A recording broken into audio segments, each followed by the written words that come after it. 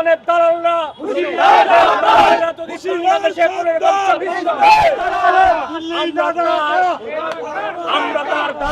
তার ইনশাআল্লাহ।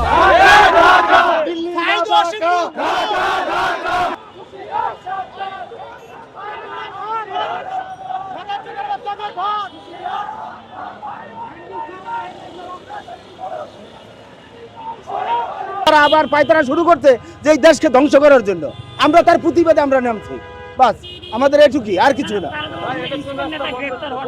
হ্যাঁ, এই যে তারা ইসকন নেতাকে আমরা এখন অবস্থান নিচ্ছি যে তারা যদি আসে আমরা তার প্রতিবাদ করব। আমরা এই জন্য এখানে মূলত আজকে রাত 4টা বাজে আমলিক যুবলীগের ছত্রছায়ায় কিছু সাধারণ জনগণ, সাধারণ গ্রামের মানুষ যারা কিছুই বোঝে না এই দেশ সম্বন্ধে, তাদেরকে 2 লাখ 3 লাখ করে টাকা দিবে এই ধরনের প্রলোভন দেখায় শাহবাগ মোড়ে আনছে। শাহবাগ মোড় আইনে দখল করছে। এরা আবার এখন সন্ধ্যার দিকে কোনো কথা না বার্তা নেই, কিসের দাবি? এরা শাহবাগ মোড়টা দখল করে নিছে।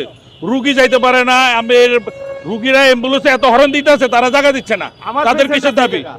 পেশেন্ট যাইতে দেয় না, মানুষজনের এত কষ্ট, এত দুর্ভোগ, এত দাবি, তাদের কিসের দাবি?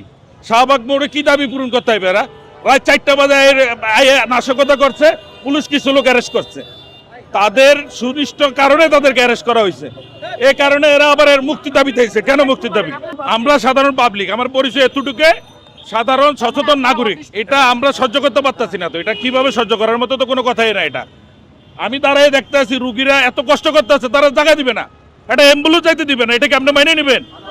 তাদের দাবি তারা চাইতে পারে, দাবি মানতে পারে, দাবি করতে পারে। কোনো পেশেন্ট যাইতে দিবে না, কোনো রুগী যাইতে দিবে না, এই ধরনের তো কোনো দাবি হইতে পারে না।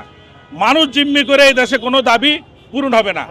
মানুষের স্বাধীনতা বলতে স্বাধীন দেশ এখন ওই দিন আর নাই যে আমি যা বলবো তা হবে।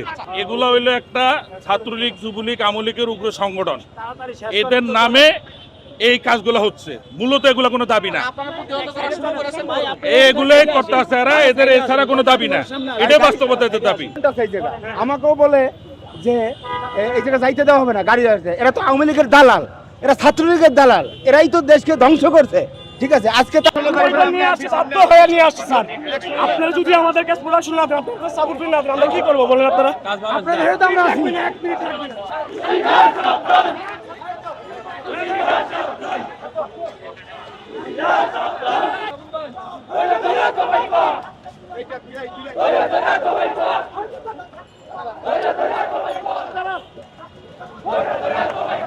ছাত্র জনতা বেঁচে থাকতে বাংলাদেশ নিয়ে কেউ ষড়যন্ত্র চক্রান্ত করতে পারবে না।